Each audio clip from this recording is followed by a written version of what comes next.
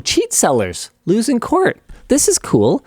Cheat mod providers lost 2 major decisions this week. The first suit was a copyright infringement claim launched by Bungie 3 years ago against Phoenix Digital, the owners of mod-selling site Aim Junkies. While some of Bungie's claims were settled in arbitration last year, with Bungie being awarded $4.3 million, a jury has now decided in Bungie's favor and awarded them $63,000. That's not a lot of money. But these cases have typically ended in settlements in the past, and this decision will likely set a legal precedent for future cases. In a second case... It's a huge deal. Yes, which is a huge deal. So we'll get to that in the discussion. In a second case, a judge has sided with Activision and ordered cheat maker Engine Owning to stop making and selling cheats, to turn over its website, and to pay Activision $14.4 million in damages, as well as covering their legal fees. So our discussion question here is it good that cheat providers are losing in court? And I think I'll let Luke handle this one. Yeah, I think it's super good that cheat developers and providers are losing in court. It's honestly ruining a lot of modern gaming, especially in the FPS scene. But it's hitting a lot of other games as well. It's never been worse. You get ads on. I've received ads on YouTube. I received ads on Twitter. I received ads all over the place for cheats. And back in the day, you used to have to be at least somewhat technically competent to know how to make it work. And these days, not even sort of.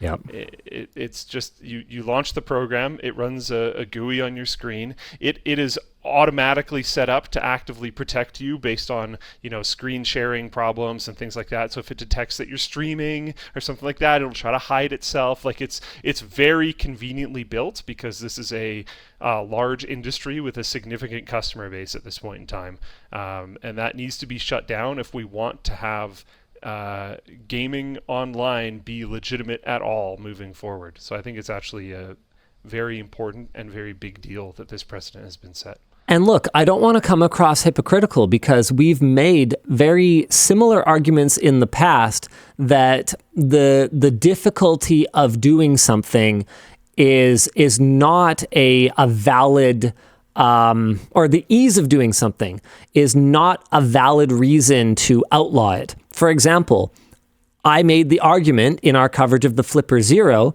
that no, a pen testing tool should not be banned just for its capability of making these kinds of functions available to a lay person, right?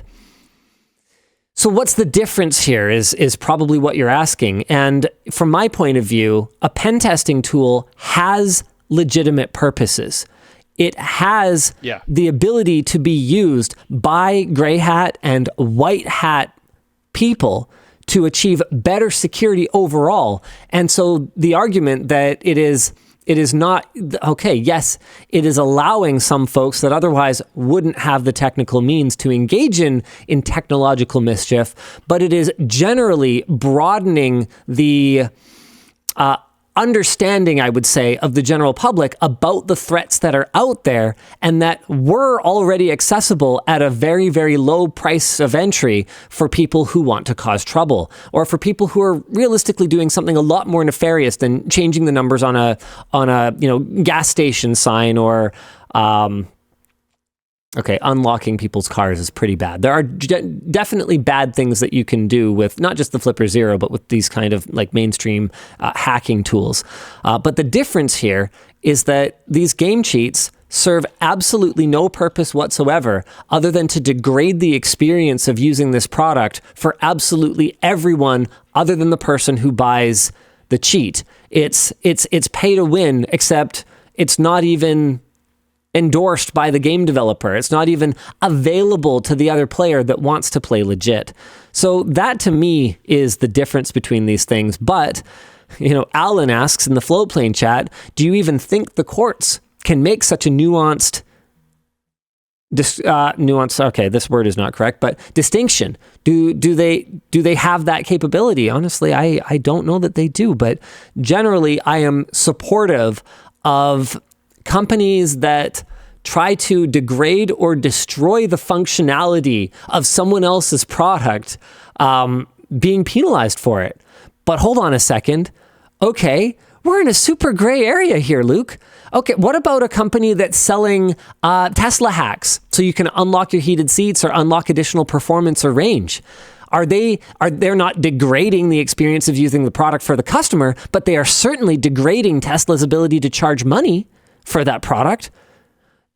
Are they in the same? My issue is that with go ahead. cheats, you are degrading the experience of other people. Sure, but Tesla's other people. Enable yourself. They're another company, not a corporation is an individual. I think that's the stupidest thing ever. That's a legal thing. That's a legal thing. I don't make the rules. Sure. We have to consider it. Other users, I would say, other users. Sure. Because Tesla's not a user. So if you made it so that by enabling heated seats for you, the seats of other people in the lanes around you while you're driving have to be on active cooling for some reason, then yeah, that would be stupid, and I wouldn't want that to be allowed. The issue is that it significantly degrades the experience of other people. And in a lot of situations, these are competitive environments where people could be potentially pursuing careers or directly pursuing ranking positions that could lead them into the money. Or money. So this could be their livelihood. Actually a financial problem. Absolutely. Yes. Karate Swan asks a great question. Could this set a precedent that affects the modding community? And I think that by Luke's definition, where we only care if it degrades the experience for other users, no, it shouldn't affect the modding community, but can we trust the legal system to make that distinction? I think it's very challenging. You would have to have such a deep knowledge of gaming to tell the difference between the legality of a mod that who cares? Lets you run around as a hyper-sexualized bunny in a single-player game versus a mod that allows you... of mods. Sure. Versus a mod that allows you to change your in-game skin in Fortnite to some combination of the default grass building and dirt textures, essentially turning you into a camouflaged player model, right? What would be the difference to them? And I don't